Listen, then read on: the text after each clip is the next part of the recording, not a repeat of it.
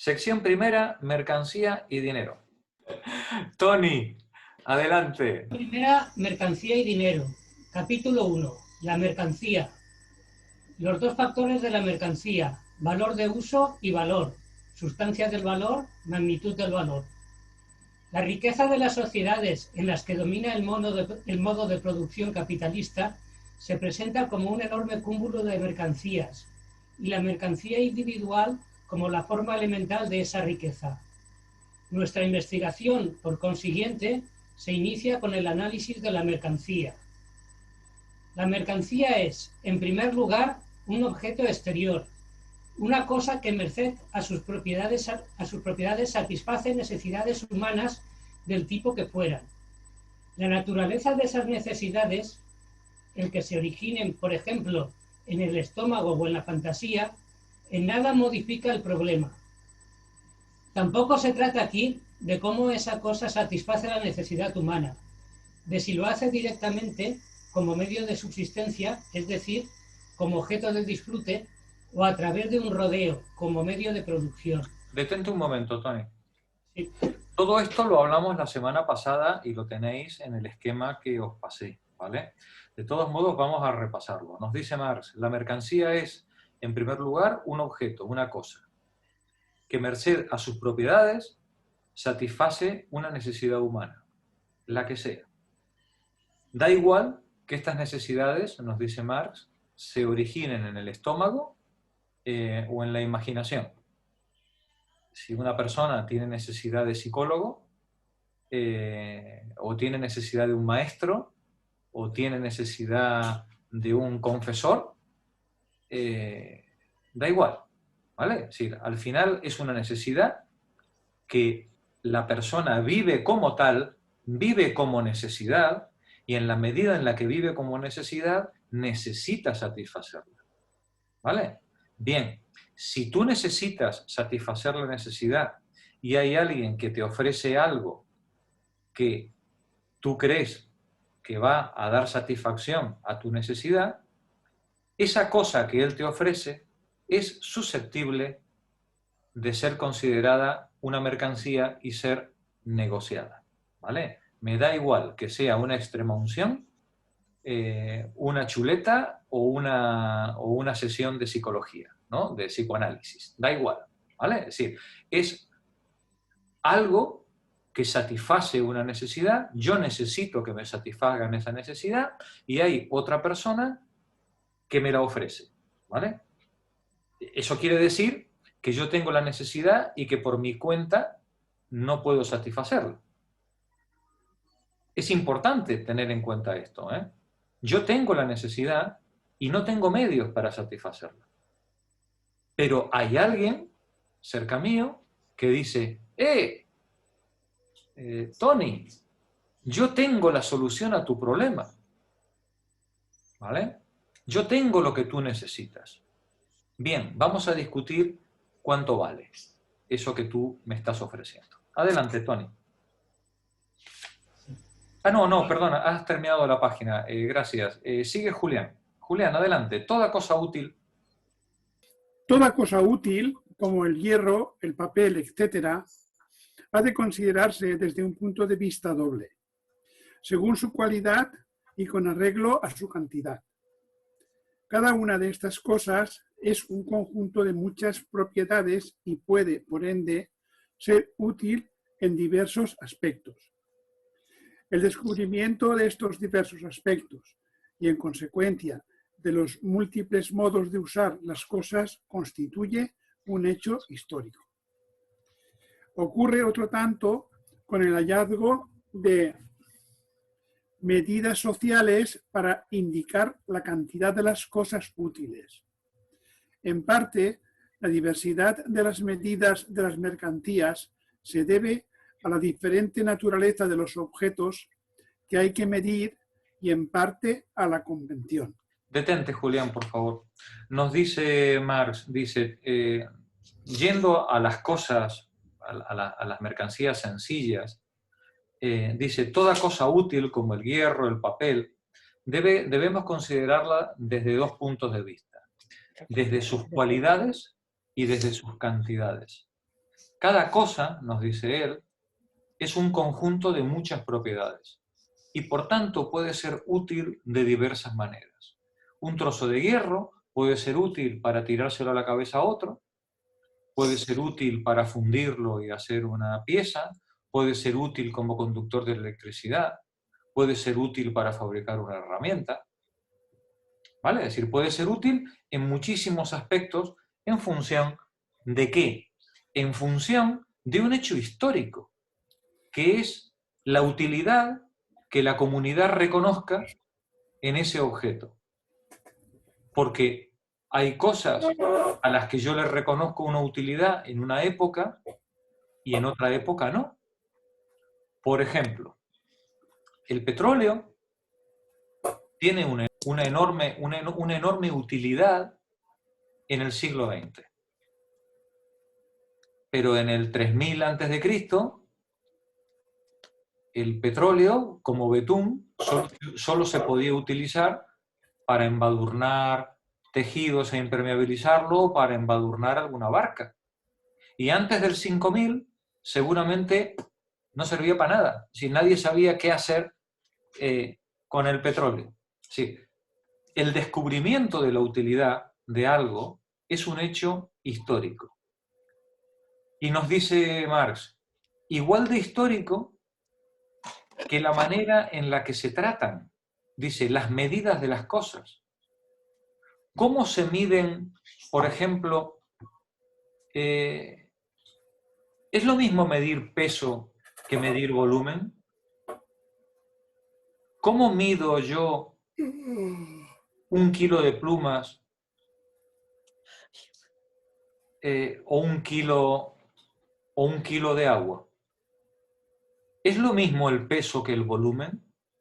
¿Es lo mismo el volumen de materiales áridos que de materiales gaseosos, que de materiales líquidos? Pues bien, la historia de los usos y medidas es una historia que está relacionada también con el descubrimiento de las distintas utilidades que tienen las materias primas a lo largo de la historia de la humanidad. Y entonces vemos como, por ejemplo, antiguamente, por ejemplo, los cereales no se medían por peso. Los cereales se medían por volumen. Por ejemplo, los líquidos no se medían por peso, a veces sí, dependiendo qué líquidos, pero en general también los líquidos se medían por volumen. Pero es que hasta un campo, cuando nosotros decimos que un campo tiene una fanega, fijaos qué paradoja. Una fanega, vosotros creeréis que es una medida de superficie. ¿A que sí? En cada lugar de España o en cada lugar del mundo, las fanegas tienen distintas superficies, porque depende de la productividad de la tierra. Era la cantidad de tierra que una familia podía trabajar, pues no sé si en un día o en un mes, no me acuerdo ahora cuál es el criterio, ¿vale? Si es una unidad de producción en función de la cantidad de cereal o de producto que va a producir. Esa es la fanega. Es decir, resulta que tenemos algo que aparentemente es una unidad de superficie y realmente lo que está representando la fanega es trabajo humano. O el volumen en cereal o el volumen en producto que va a producir el terreno, ¿no? Vemos entonces cómo hasta las unidades de medida también son productos históricos. Gracias, Julián. Continúa, Juan. Adelante, Juan. Adelante. La utilidad de esa cosa hace de ella un valor de uso, pero esa utilidad no flota en los aires. Está condicionada por las propiedades del cuerpo de la mercancía y no existe al margen de ellas. El cuerpo mismo de la mercancía, tal como el trigo, tal como el hierro, trigo, diamante, etc., es pues un valor de uso o un bien. Este carácter suyo no depende de la apropiación de sus propiedades útiles, cueste al hombre mucho o poco trabajo. Detente un momento. Nos dice Marx, la utilidad de una cosa hace de ella un valor de uso. pero esa utilidad depende de las propiedades del cuerpo de la mercancía. Dice, el cuerpo mismo de la mercancía, el cuerpo mismo, la cosa en sí, es un valor de uso o un bien. Y eso es un bien independientemente de que al sujeto, al ser humano, le cueste mucho o poco trabajo apropiarse de ello. Es un bien. Nos decía Monse, ¿es un bien la plata? Sí. ¿Es un bien el oro? Sí. Pero el oro cuesta mucho más trabajo apropiarse de él que la plata. No importa, son bienes. Lo que nos va a decir el trabajo que cueste hacerlo, lo que nos va a referenciar es el valor que tenga, el valor que exprese en el intercambio. Pero el hecho de que sea un valor de uso depende de sus propiedades y no depende del trabajo que implique obtenerlas. Continúa, Juan, por favor. Al considerar los valores de uso, se supone siempre su carácter determinado cuantitativo, tal como docena de relojes, vara de lienzo, tono, etc. Los valores de uso de las mercancías proporcionan la materia para una disciplina especial, la merceología. El valor de uso se efectiviza únicamente en el uso o en el consumo. Los valores de uso constituyen el contenido material de la riqueza, sea cual fuere la forma social de esta. Esta es una de las afirmaciones más rotundas y más importantes del libro.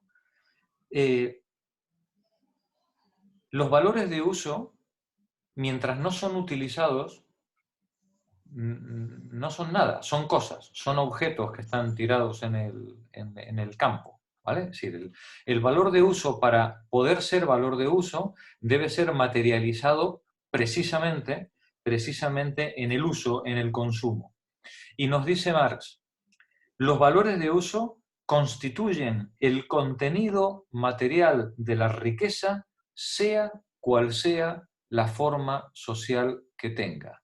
En cualquier momento histórico, en cualquier sociedad y modo de producción, no existe más riqueza que la suma de los valores de uso disponibles que esa sociedad puede poner en marcha. Esa es la única riqueza que existe, ¿vale? Adelante, Juan. En la forma de sociedad que hemos de examinar, son a la vez los portadores materiales del valor de cambio. Son a la vez los portadores materiales del valor de cambio. Los valores de uso que dependen de las propiedades de la cosa para poder ser un valor de uso, esa cosa, como valor de uso, es el portador material, el soporte material del valor de cambio. Cuando esta cosa llegue a un mercado, se intercambiará por otra cosa. La cantidad de una y otra cosa por la que se intercambian será el valor de cambio. 3 relojes por 5 pescados. Un huevo por una aguja. Una vaca por 7 cajas de conejos. ¿No? Sí. La proporción en la que los valores de uso se intercambian entre sí constituye una relación. Esa relación es el valor de cambio, ¿vale? que tienen cada una de ellas. Continúa la ley. Perdón, Sí, Jorge, una adelante, pregunta. adelante. ¿Pero quién pone el valor? ¿La sociedad, el mercado? ¿Quién pone el valor a esos 5 pescados por 4 huevos? ¿O esos, aparte del trabajo, del esfuerzo de llevarlos? Ahí son tantas las cosas. No, tranquila, Nani. Mira, es muy fácil. Tú tienes tus 5 cajas de pescado y yo tengo media vaca, ¿vale? Sí. Bien. Tú quieres mi media vaca. Yo quiero tus 5 pescados. Ya tenemos un buen punto de partida, ¿vale? Pareces un capitalista, Jorge. ya tenemos un buen punto de partida. Bien, si tú quieres mi media vaca y yo quiero tus 5 pescados, eso quiere decir que lo que tú tienes y lo que yo tengo son valores de uso para cada uno de nosotros. Para mí la media vaca no es un valor de uso. Yo tengo la otra media, ya me la he comido y estoy harto de comer vaca. Yo quiero comer pescado por eso de la dieta mediterránea, ¿vale? Y tú, que te falta hierro, el médico te dijo que tienes que comer carne. Tienes mucho fósforo y tienes poco hierro, ¿no? Es decir, necesitas comer carne. Bien, para nosotros, nuestras respectivas mercancías son valores de uso que van a cubrir una necesidad. Podemos intercambiarlas. La cuestión es que cuando nos sentemos, tú le pones un precio a tu pescado y yo le pongo un precio a mi media vaca. ¿Sí? Bien. Si tú te conformas con mi media vaca y yo me conformo con tu pescado, amén Jesús. Hasta ahí hemos llegado. Tú te has quedado con la vaca y yo me he quedado con el pescado. Pero si tú llegas con aspiraciones a una vaca completa a cambio de tu pescado, o yo pienso que tus 5 cajas de pescado son una miseria ridícula que insulta mi inteligencia con respecto a mi vaca, entonces empieza la negociación. ¿Vale? Y nos vamos a poner de acuerdo, dentro de un orden. Nos vamos a poner de acuerdo si la necesidad de ambos es tal, y nos vamos a poner de acuerdo si ninguno de los dos está loco. ¿Hasta dónde yo estoy dispuesto a pagar por tu pescado? Pues hasta el lugar, hasta el momento en el que me harto de discutir contigo y digo, mira, ¿sabes qué te digo, Nani? Que cojo una barca, quédate con el pescado, que ya me voy yo a pescar el que me haga falta a mí. ¿Hasta dónde tú estás dispuesta a aceptar que yo te roñosee en la vaca? ¿No? Pues hasta el límite en el que tú digas, mira, Jorge, ¿sabes qué te digo? Que eres un sinvergüenza y que para lo que tú me estás pidiendo, para eso crío yo una vaca y me la como cuando me dé la gana. En algún momento, ni a ti te interesa dedicarte a producir vacas, ni a mí me interesa dedicarme a pescar. Porque tú sacas más producción de la que yo sacaría nunca, porque tienes oficio en la pesca.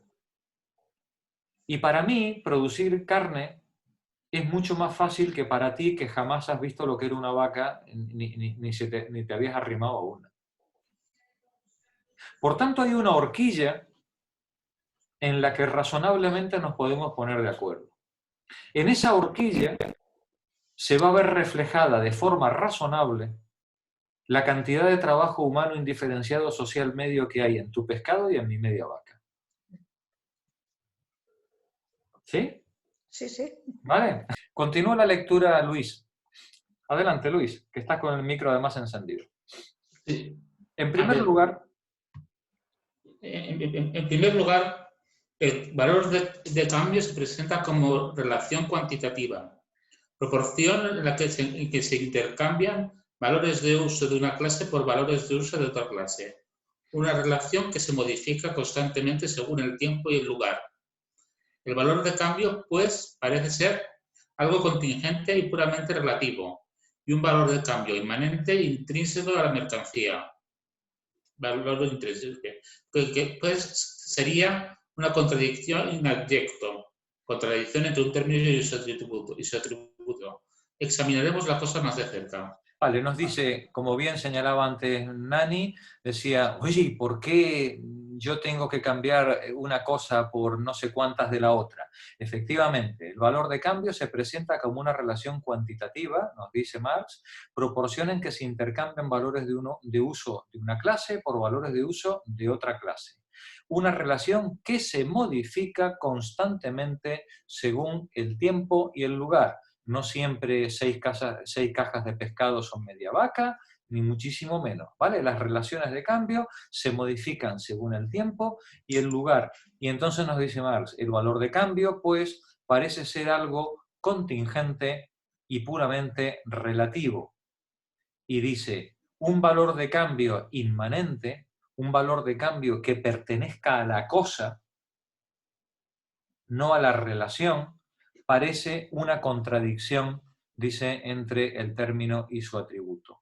¿Por qué? Porque el secreto de todo esto está en la palabra parece. Cuando él dice, el valor de cambio, pues, parece ser algo contingente y puramente relativo. Pues bien, solo lo parece. Continúa, Luis. Una mercancía individual. Una mercancía individual, por ejemplo, un cuarter de trigo, se intercambia por otros artículos en las proporciones más diversas. No obstante, su valor de cambio se mantiene inalterado, ya sea que se exprese en X betún, Y seda, Z oro, etc. Debe, por tanto, poseer un contenido diferenciable de estos diversos modos de expresión. La realidad es que cuando yo no vendo, cuando mi mercado no es un burdo mercado de trueque, cuando yo no estoy simplemente cambiando en los límites de mi selva los 5 pescados de Nani por mi media vaca, cuando yo estoy en un mercado en el que hay distinta gente que ofrece pescado y distintas personas que ofrecen carne vacuna, la realidad es que en ese mercado se ofrecen más cosas. Se ofrecen huevos, se ofrecen gallinas, hay quien arregla ruedas, quien hace camisas, chalecos, botas, hay quien hace carros, quien tiene caballos, quien lleva perros a adiestrar. En esos mercadillos que todos habéis conocido, se vende, como quien dice, de todo, ¿vale? Y la gente va a comprar de todo a esos mercados, ¿vale? Y por tanto, cuando Nani llega al mercado con sus 6 cajas de pescado, ella puede cambiarla por mi media vaca, pero a lo mejor puede cambiarla por 300 huevos. O puede cambiarlo por 5 sacos de sal. O puede cambiarlo por lo que sea, yo qué sé, por 2 diamantes, yo qué sé, ¿no? Porque a lo mejor ella no encuentra en mi oferta algo que le satisfaga. Y dice, oye, como el pescado se me va a pudrir, cambio el pescado por sal y la semana que viene vuelvo al mercado a ver si con la sal, que no se me va a pudrir, puedo comprar algo que sí satisfaga mi necesidad o hay alguien que ofrezca carne a un precio más razonable. ¿Vale? Entonces nos dice Marx, una mercancía individual, un cuarter de trigo, que son 290 litros de trigo, dice, se intercambia por otros artículos en las proporciones más diversas. Pero sin embargo su valor de cambio se mantiene inalterado. Los 6 pescados, las 6 cajas de pescado de Nani, se van a expresar en el mercado en una cantidad razonable de huevos, de sal, de mantequilla, de betún, de cuero, de carne, de tal. Y es verdad que unas semanas los precios subirán, bajarán, pero más o menos hay una relación recíproca entre los distintos elementos que se ofrecen en el mercado. Una relación recíproca que tiende a mantenerse en el tiempo con sus fluctuaciones, por supuesto, pero hay una relación de reciprocidad, no una a una, sino entre todos los miembros de ese universo del mercado, ¿vale? Nos dice, por tanto, si existe una relación de reciprocidad entre los distintos elementos, no uno a uno, sino entre todos y que se sostiene en el tiempo, debe haber, dice, debe por tanto poseer el valor de cambio un contenido diferente a esos modos de expresión. Debe ser posible para que esa relación de intercambio múltiple en el universo mercantil se pueda mantener, debe haber algo que no pertenece a la cosa, pero que de alguna manera está en todas las cosas del universo del mercado, que permita comprender esta estabilidad en el intercambio de los productos dentro de los distintos mercados. Continúa Rosa Arqués. Tomemos otras dos mercancías, por ejemplo. Tomemos otras dos mercancías, por ejemplo el trigo y el hierro. Sea cual fuere su relación de cambio, esta se podrá representar siempre por una ecuación en la que determinada cantidad de trigo se equipara a una cantidad cualquiera de hierro. Por ejemplo, un cuarter de trigo es igual a quintales de hierro. Quintales, sí, nos dice un cuarter de trigo es igual a la constante, como constante algebraica, ¿no? A o X quintales de hierro, ¿vale? Continúa. ¿Qué denota esta ecuación? Que existe algo común de la misma magnitud en dos cosas distintas, tanto en un cuarter de trigo como en A quintales de hierro. Ambas, por consiguiente, son iguales a una tercera, que en sí y para sí no es ni la una ni la otra. Cada una de ellas, pues, en tanto es valor de cambio, tiene que ser reducible a esa tercera. Claro, si yo me encuentro con que 1 kilo de hierro es equivalente a 5 cajas de pescado, 7 lechugas, no sé cuántos huevos, tiene que haber algo. Tiene que haber una tercera cosa que es la que está presente en ese intercambio entre el hierro, en este caso, y el trigo. Tiene que haber una tercera cosa que no es ni hierro ni trigo, ni sus cantidades, que permita relacionarlo. Cuando yo digo que dos cosas que son diferentes son iguales, estoy haciendo una exageración semántica, estoy llevando la palabra igual más allá de su significado. El trigo solo es igual al trigo y el hierro solo es igual al hierro. Cuando yo digo que una cantidad de trigo es igual a una cantidad de hierro, estoy diciendo que esa cantidad de trigo y esa cantidad de hierro son a su vez iguales a una tercera cosa que las permite poner en relación. ¿Vale? Continúa, Rosa. Un sencillo ejemplo geométrico nos ilustrará el punto. Para determinar y comparar la superficie de todos los polígonos, se los descompone en triángulos. Se reduce el triángulo a su vez a una expresión totalmente distinta de su figura visible. El semiproducto de la base por la altura. De igual suerte es preciso reducir los valores de cambio de las mercancías a algo que les sea común, con respecto a lo cual representen un más o un menos. Gracias, Rosa. Mari, continúa tú. Ese algo común no puede ser una propiedad natural, geométrica, física, química o de otra índole de las mercancías. Sus propiedades corpóreas entran en consideración única y exclusivamente en la medida en que ellas hacen útiles a las mercancías, en que la hacen ser, pues, valores de uso. Pero por otra parte, salta a la vista que es precisamente la abstracción de sus valores de uso lo que caracteriza la relación de intercambio entre las mercancías. Dentro de tal relación, un valor de uso vale exactamente lo mismo que cualquier otro, siempre que esté presente en la proporción que corresponda. O, como dice el viejo Barbón, una clase de mercancías es tan buena como la otra si su valor de cambio es igual. No existe diferencia o distinción entre cosas de igual valor de cambio. En cuanto a valores de uso, las mercancías son, ante todo, diferentes en cuanto a la cualidad.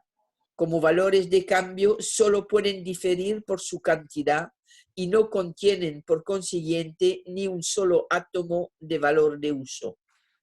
Gracias, Mari. Nos está diciendo Marx que no confundamos valor de uso con valor de cambio. El valor de uso lo necesito. Lo necesito y depende de las cualidades materiales del objeto, ¿vale? Y en cuanto a valor de cambio, los objetos solo se relacionan en cuanto a su cantidad. 3 cajas de pescado por media vaca. 200 huevos por lo que sea, ¿vale? Sí. Y nos dice Marx, como valor de cambio, una mercancía es tan buena como otra cualquiera.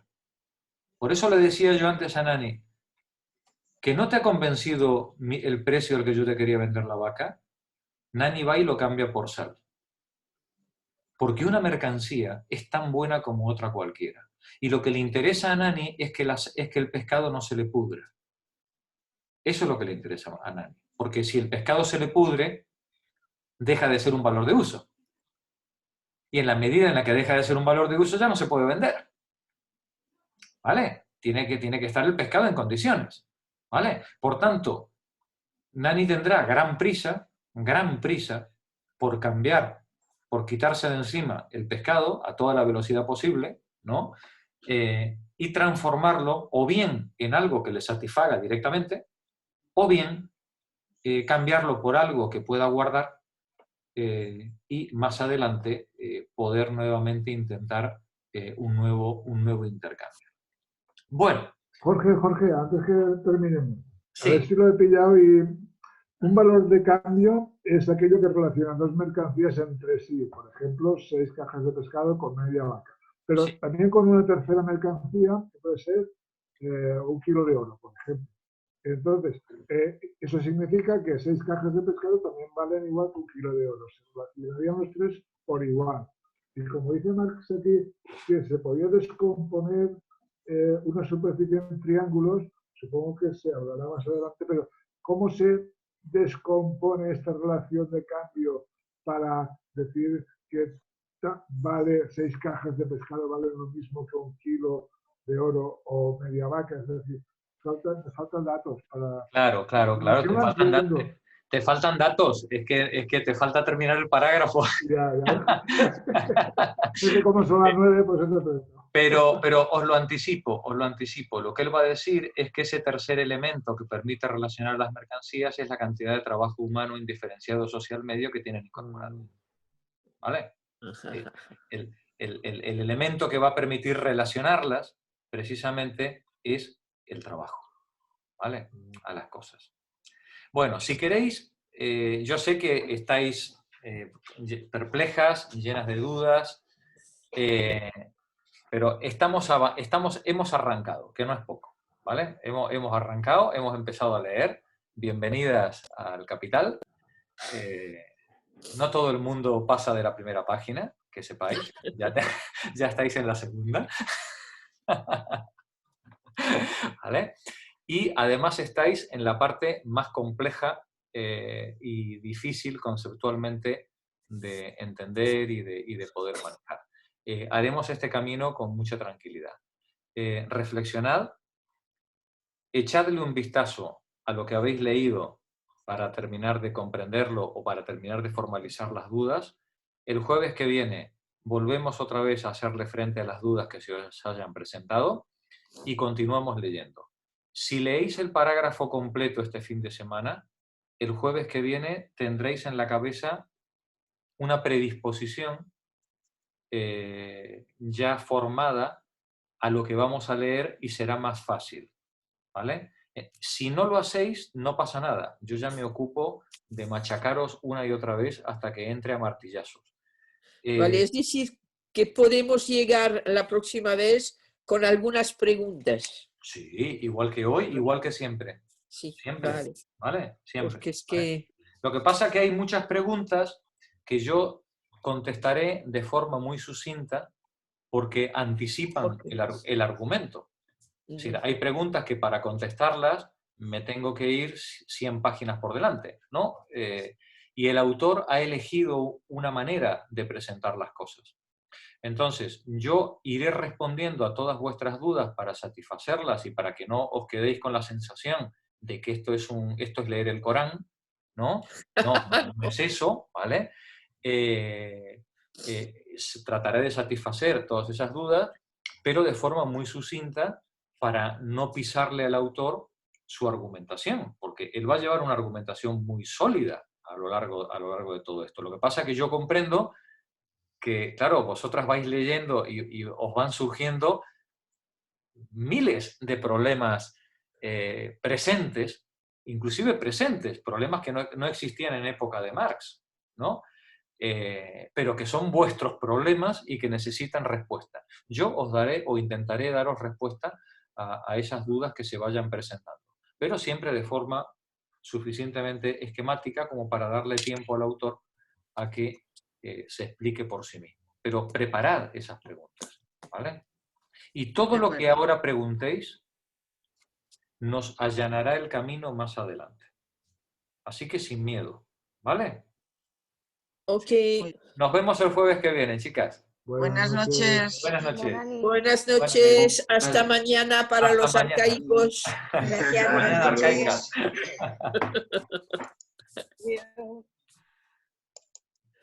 Bona nit. Bona nit. Ay. Ani.